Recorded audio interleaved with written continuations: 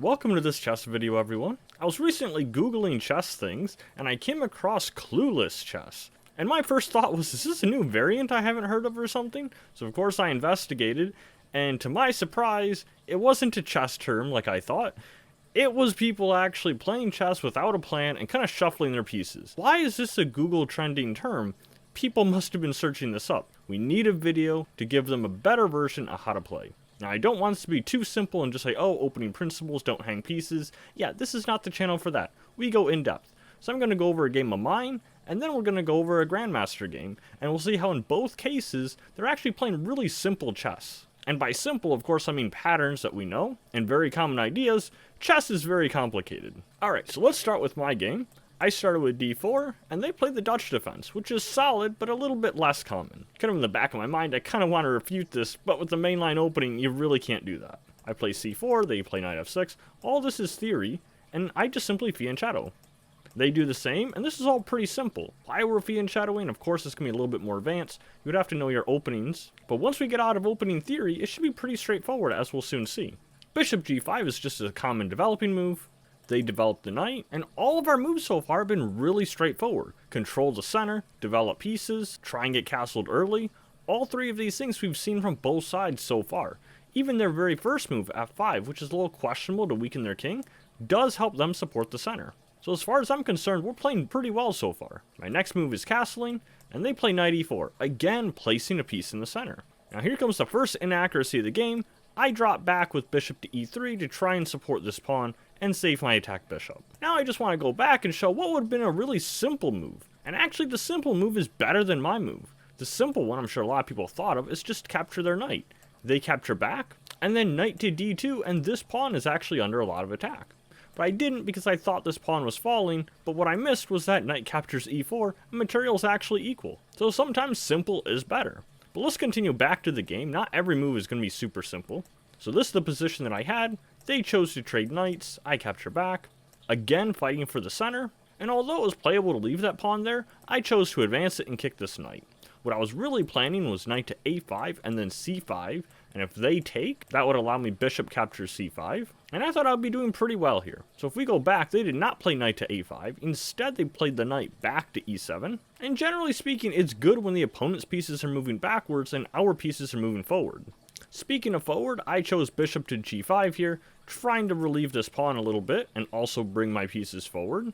I think this move is reasonable, but the computer's is a little bit more advanced. Their idea was to develop the knight to g5, and then some complicated ideas where they may land on e6. But at face value, it's really just a piece going after a really good outpost, and so I don't think that idea is too hard to see for a lot of intermediate players. Now, all of these moves have purpose. Here they unpin, and after h6 I would have been very happy to drop back my bishop, and then I can probably attack this weak pawn, maybe something like queen d2 and gang up on it. High-level chess can be complicated at times, but a large majority of the time it's very straightforward and has a lot of logical ideas to it. I chose to develop the queen off the back rank. I played queen to c2, a little bit better the engine thought was pawn c5, but again just connecting the rooks and keeping it a little bit more simple. The game continued with a5, and here I overcomplicated things. Again, it would have been better to be straightforward. Remember, one of our key opening ideas was to control the center, and e4 is a really good idea to do that. That would have been much better than just playing this clueless chess and shuffling around. My idea was I thought this had to be prepared. The reason I didn't go for e4 was that I was thinking after takes and takes back, bishop to f5 would attack my queen, and I didn't really want to let their bishop develop with tempo. Tutor claims queen to e2, and actually I'm quite fine, and the position's about equal. But because I was trying to stop this bishop, I played a pretty logical idea. Not objectively best, but knight to h4, so that they cannot bring the bishop here. There's oftentimes many good plans in a position. It's really more about following through with your plans, being right or not, and slowly gaining a deeper understanding of what you should be doing, mostly by trial and error if you don't study games. I've kind of done both, but the main point here is that we're playing pretty straightforward ideas, and we don't need to make chess more complicated than it has to be. They played b6, probably trying to fianchetto their bishop. I went for the center now. The game continued like this. And after here, I was actually pretty happy with my position. There's certainly no bishop to f5 happening from black. Now if we go back a little bit, you did see this mistake icon. I'm not a grandmaster like the game we're going to go over after this. Basically, the reason that I took the knight here was I didn't want to have that knight get into f5, and maybe that would be a little more counterplay than I want. What I didn't realize is that after this, they can play knight f5, And that knight isn't really as dangerous as it looks. In fact, the computer actually likes me bringing back my own knight and not even trading it for the f5 one. But okay, returning to the game, they went bishop to h3, and I just retreated back my bishop. They chose to trade here, probably with the idea of weakening the light squares around my king, but after I take back with the knight, they really don't have that easy of an attack on my king. Of course, moves like queen g5 and then developing my rook would have been good, but instead here they overextend a little bit with pawn to e4, and actually the top move is even more simple than what I played. Top move is rook a to e1, and you're simply developing and putting more pressure on this pawn, but very close in evaluation is knight to f4, and my idea was just simply going after this outpost. They lack a light scored bishop since they've traded it off on g2, and now this knight is going to be really hard to remove from the light squares. In fact, I think knight f4 would probably be the best move if it wasn't for their response. The only move that keeps the advantage for them is the very surprising exchange sacrifice here on f4, and now the position is about equal. But if they don't find that move, pretty much anything else is a mistake. They played bishop to h6, I hop into that outpost, and now you can almost imagine black being very happy to trade off their rook for a knight. This knight outpost is also an interference, and now e4 looks like it'll fall, and so they went here probably trying to counterattack. I'll take their centralized pawn and give up my doubled pawn, and then we go back to piece development. Adding more pressure on the open file, they try and defend here, but now I'll kind of get my queen out of that pin, and they chose to do the same with their queen, and now pretty straightforward, I just choose to double rooks. I went rook to e2, and on the next move I brought this rook to e1. The reason the engine calls this a mistake is because queen to f5, and I really don't like trading queens. So their move instead was queen to h4, but other than that, rook to e2 is a pretty good move. Bishop back to try and defend those dark squares by their king. I just double. They play their bishop out, but we're going to have no problem slowly making progress here. I'm more than happy to trade rooks. And it looks like black is the one playing this clueless chess. He just kind of shuffles around, not really much to do.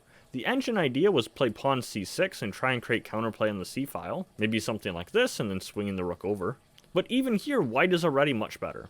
Now I chose to kick their queen back, again grabbing the open file. In this case it's semi-open, but because my rook is in front of the pawn, it's kind of like having a fully open file. If their bishop drops back, we can actually gang up on this. Keep in mind that the king cannot come to g7 to defend because of the knight. And so the only other idea to save the queen is to bring it back, but this loses the queen to this fork. They get 8 points for the 9-point queen, but now we continue the straightforward idea. I just bring my king up for the endgame. Even stronger was h4 right away, and then also f4 coming up. I ended up playing those moves very shortly after, but I still like the idea of instructionally bringing up my king in the endgame. Again, we're not necessarily going to play the best moves here, but by playing these logical plans, whether they be best or not, we're really avoiding this clueless chess. I really want to hammer home the point that all of these moves so far have been pretty straightforward. Mostly developing pieces, going after the center, trying to castle and keep your king safe, and this extends even further past just the opening stage. After that, we just made slow progress, like going after the outpost, slowly getting their position, and eventually, tactics will show up, or we'll have an attack on their king. They tried to stop me from getting this file. Maybe a queen check or something would have been strong, so of course that rook move blocks it. But now I start playing exactly what I had planned. h4, they move their king, h5, trying to rip open the position. They retreat back, I trade pawns. f4 was slightly better, but then I play f4 anyway. They just kind of have to shuffle back, and then I start going towards the center with my king. This is the endgame, and I can use my king as an asset. If they ever relocate the rook to the open file, also note that my king controls these squares. I don't really mind them getting their rook to e1, because what I really want to stop is their rook to e2, which would attack my pawn.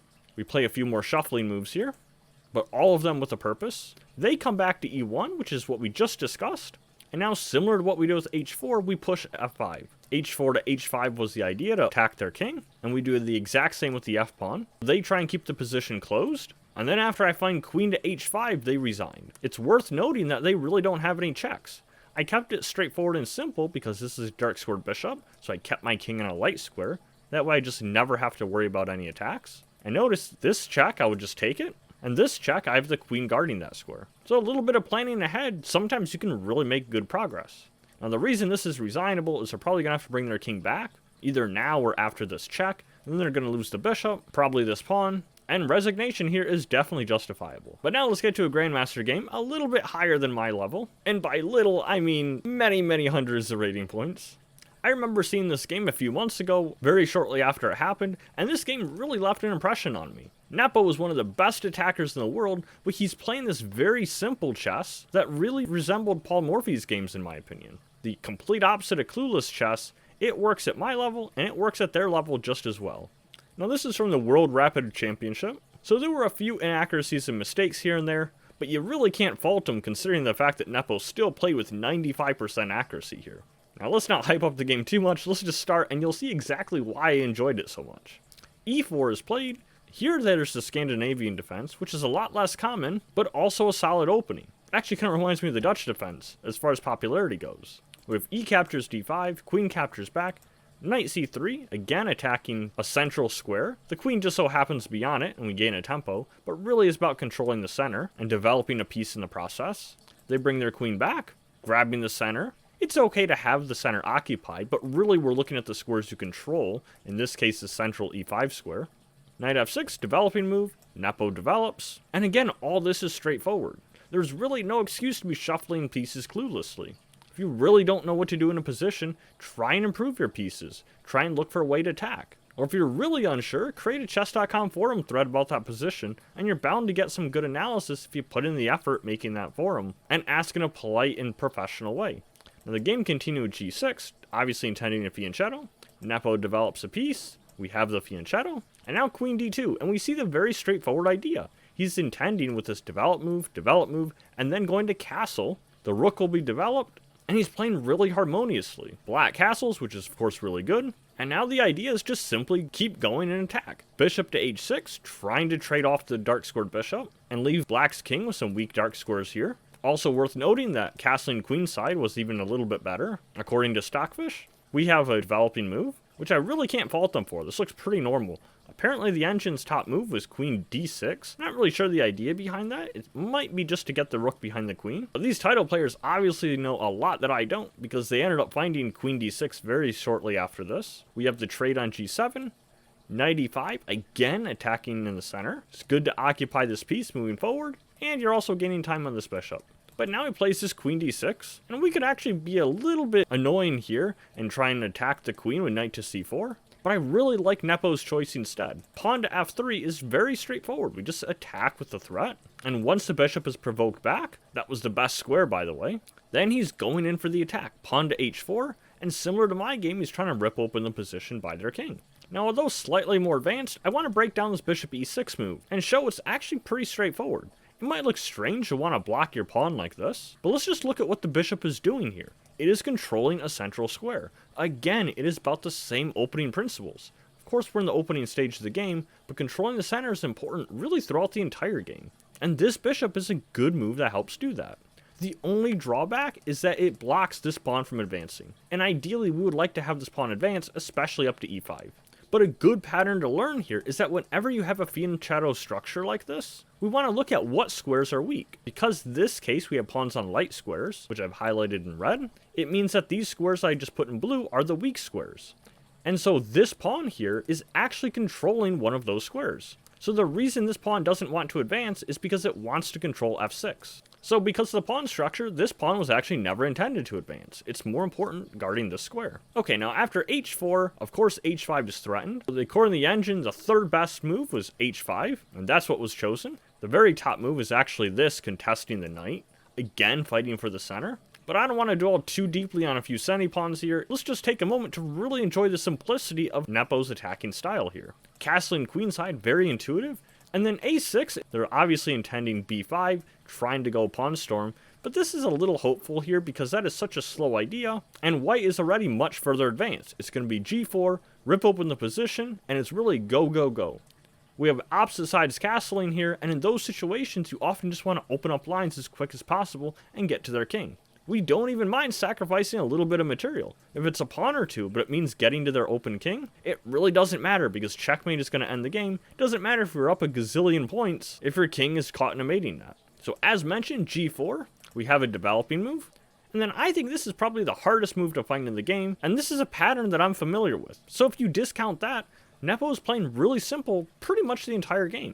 I mean simple in the fact that it's very straightforward and it's easy to understand once you grasp the key ideas. Now if this knight was not here, ideally what we would like to do is g captures h5, g captures back, and now we have an open file to attack their king. Because this knight is here, Nepo chooses to change gears and keep the position closed with g5. I think this is probably less intuitive because you were trying to rivel open the position and now you've switched to keeping it closed. But the idea is this pawn is controlling these dark squares, again which are weak by their king. It kind of halts this pawn from advancing, so their structure's almost kind of frozen in place. And Nepo probably judges that this is slightly better for white going into an endgame. So he realizes he does not have to go after the enemy king right now, and after they move their knight, it's centralize another piece. The queen moves. Trading queens right away was good, but first Nepo chooses to double their pawns, improve the knight by going to c5, also keeping these doubled pawns blockaded. And I mean, white is already +1 by the engine here. In fact, black's actually best move according to the computer is just trade queens and accept that you're down in this endgame. Our human opponent here chose to improve their bishop, but Nepo will trade queens anyway,